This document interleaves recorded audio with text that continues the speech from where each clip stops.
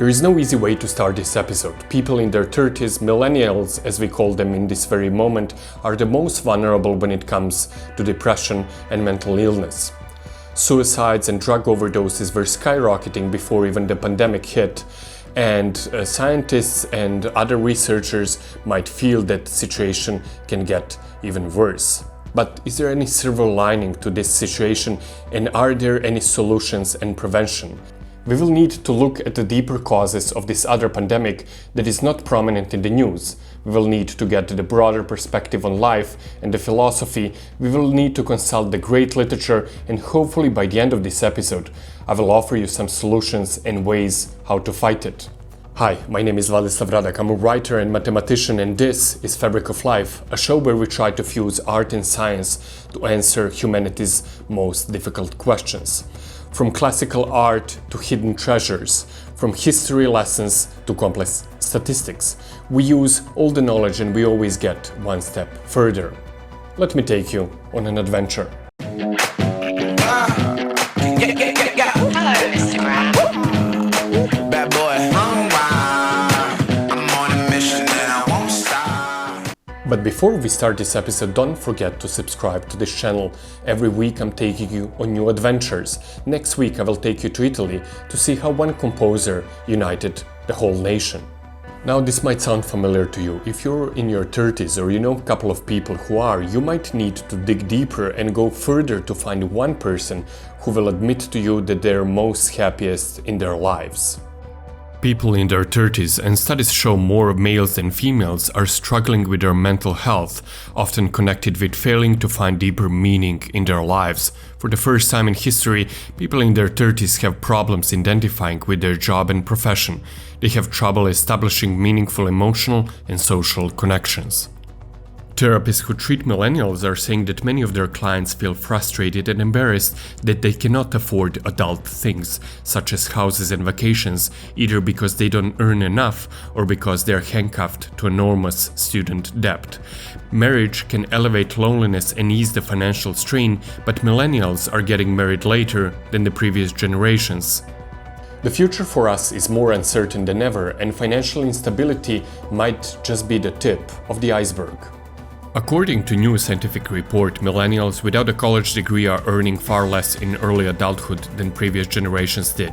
The median salary for a 25-year-old man with a high school degree in the US is less than $29,000 a year, which is about $2,600 less than what Gen Xers earned at that age and nearly $10,000 less than baby boomers. In 1970, more than 90% of 30-year-olds were earning more than their parents were at the same age. In 2010, only half of 30-year-olds were. Millennials have, on average, no housing wealth. And then the pandemic hit. And as scientific findings suggest, this might be the final reckoning and the biggest mental health crisis since the Second World War. But how we really got here? We need to look what happened previously in our lives and how deeply those changes hit us. Let's take an unpleasant trip down the memory lane and see what happened in our 20s. After your childhood and teens, wherever you were growing up for the first time in your life, you were able to have the taste of adulthood in your 20s. But this is or was, for the most of us, a false perception of adulthood. It had all the benefits with none of the deeper responsibility. People in their 20s naively believe that this is how life is supposed to be like. Exploration of the world beyond our family micro-universe, time with friends that seems like will never come to an end, exploration of sexual freedom, toying around with alcohol, drugs, and especially experimentation with our personalities, which are not truly formed yet. You know, all the great stuff. At that moment, world is your oyster, possibilities look endless, and it seems like you might become whatever you like. And that ends abruptly with a couple of simultaneous things that to most of us happen at the same time or in the same period of life. First, a serious job will show us that a ticket to adulthood can be very expensive and that our dream job is either not as fulfilling as we hoped for or a distant dream. People who dreamt about a professional basketball career, for example, need to settle down for assistant coach, or people who fantasized about being a big-time lawyer defending the forgotten or oppressed might find out that they will spend most of their time and talent rereading corporate law contracts. Some people might lose their loved ones, abruptly awaken from the fantasy that life is guaranteed. Others might get through a serious breakup for the first time, being faced with the reality of potentially being alone forever. And then shit gets real. You need to face the fact that chances of seeing your face on a billboard are slim, that nor the perfume nor Oscar statue will carry your name, people will not stand in line to buy sneakers with your signature, and that oyster of the world suddenly felt like a food poisoning. And all of a sudden, world of opportunities shrunk. It seems that it's too late to turn the ship around and that your life is already a written book. But I have a message for my people in their 30s that are feeling unhappy and dissatisfied. It is normal to be disappointed and depressed in your 30s, and here is why.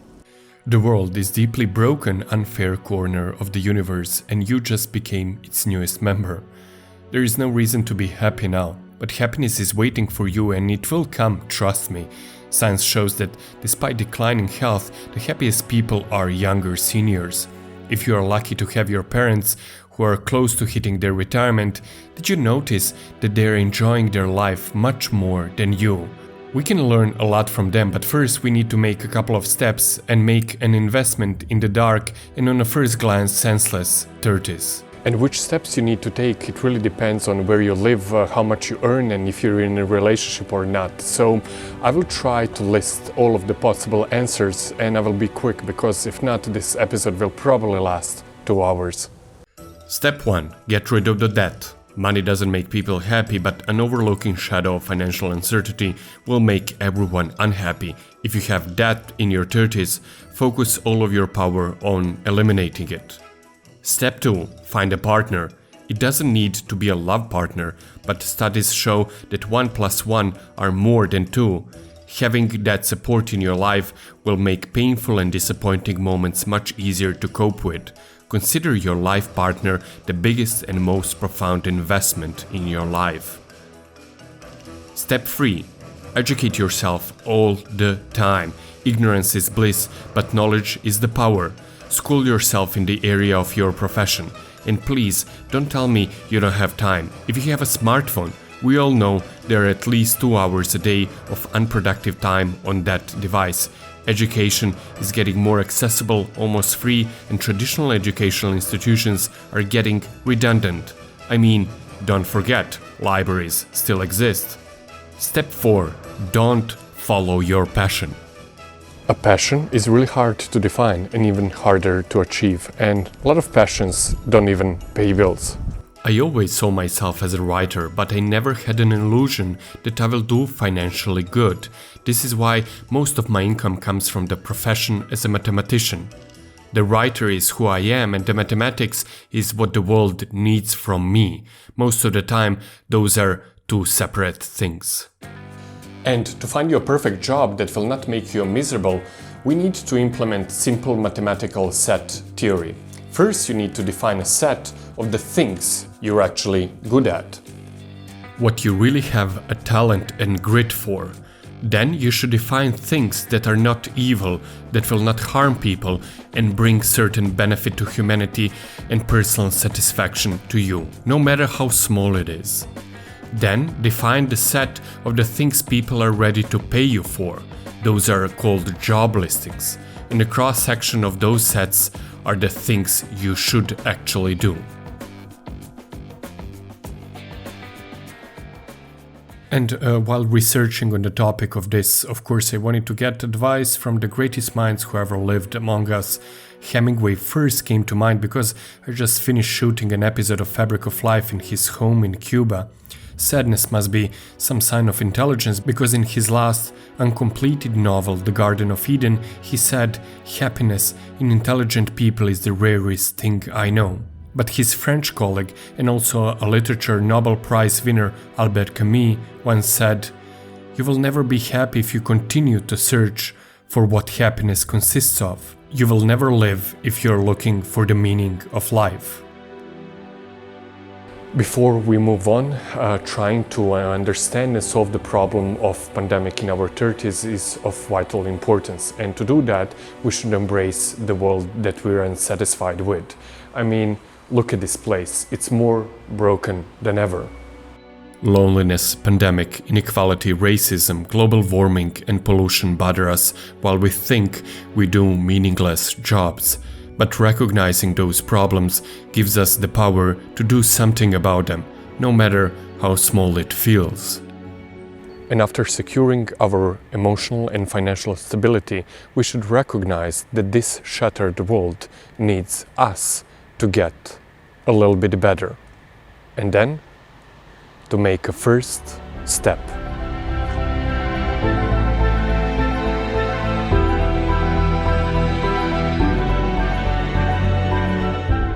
Vladislav Radek again here.